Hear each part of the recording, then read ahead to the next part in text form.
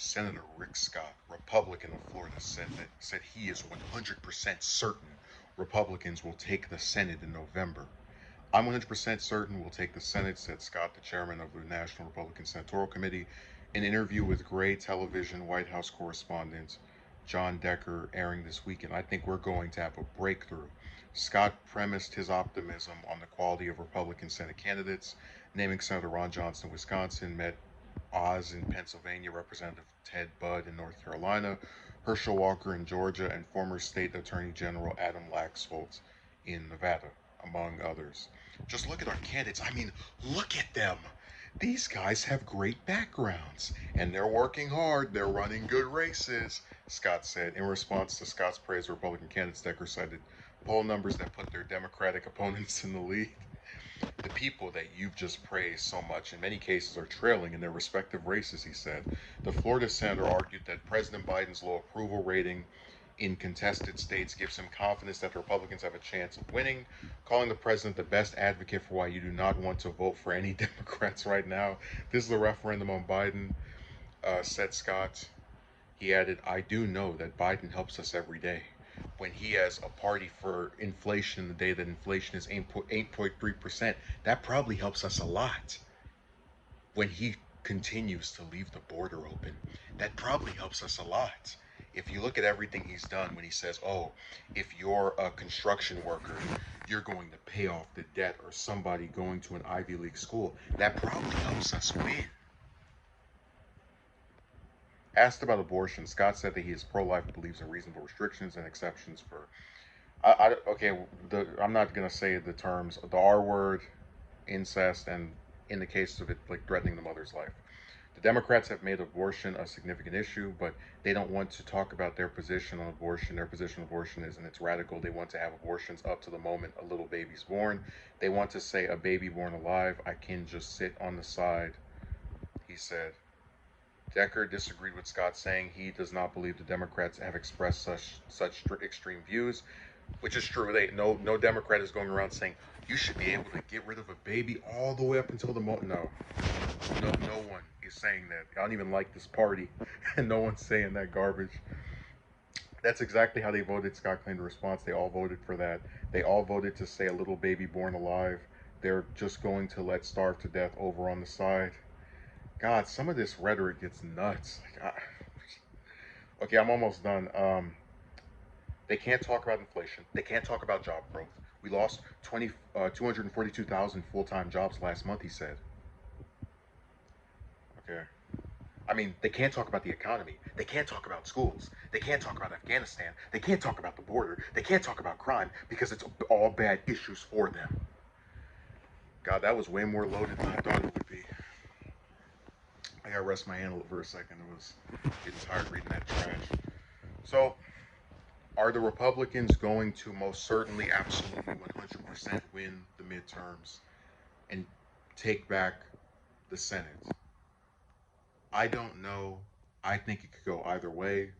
Um, I think he's really playing his role as the GOP hype man to even be saying something as bold as that.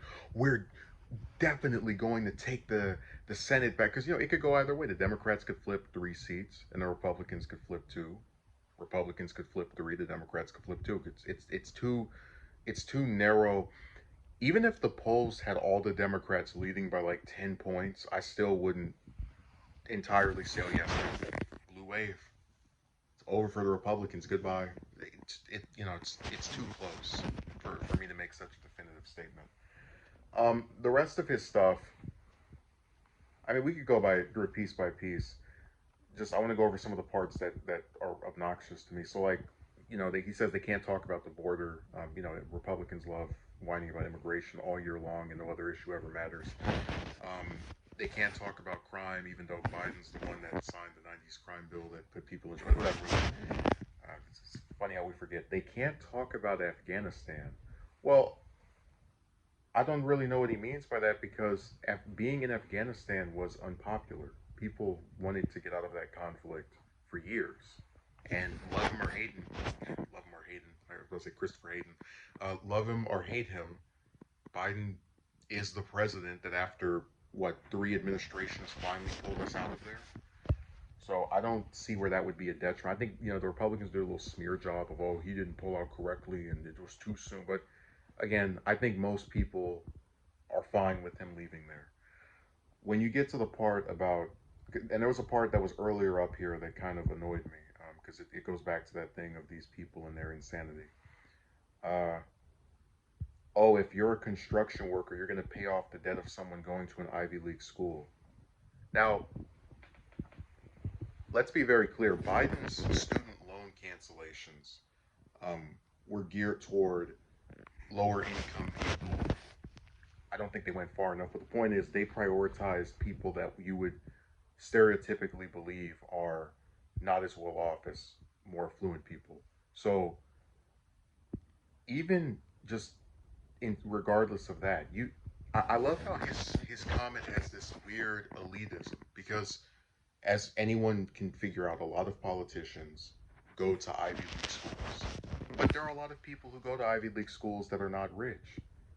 Sometimes they work part time. Sometimes their parents are paying for it, and if their parents weren't paying for it, they couldn't afford to go. Period.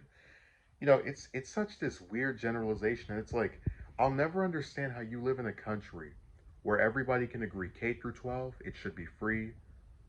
Taxpayers pay for these different schools, whatever. But when you get to college, oh, time to take out a bunch of loans and grants and be in debt for the next 10 or 20 years. It's just such a weird rebuttal. If you're a construction worker, you're gonna have to pay off the debt of someone that went to an Ivy League school. And remember, these are the same bastards who, if you don't go to one of these schools or if you don't get a degree, they accuse you of being an idiot. They say you're stupid because you don't have a degree, even though most people don't have one in the U.S. anyway. But my point is, it really is damned if you do, damned if you don't. If you don't have one, they make fun of you for not being as smart as they are because you don't have the piece of paper.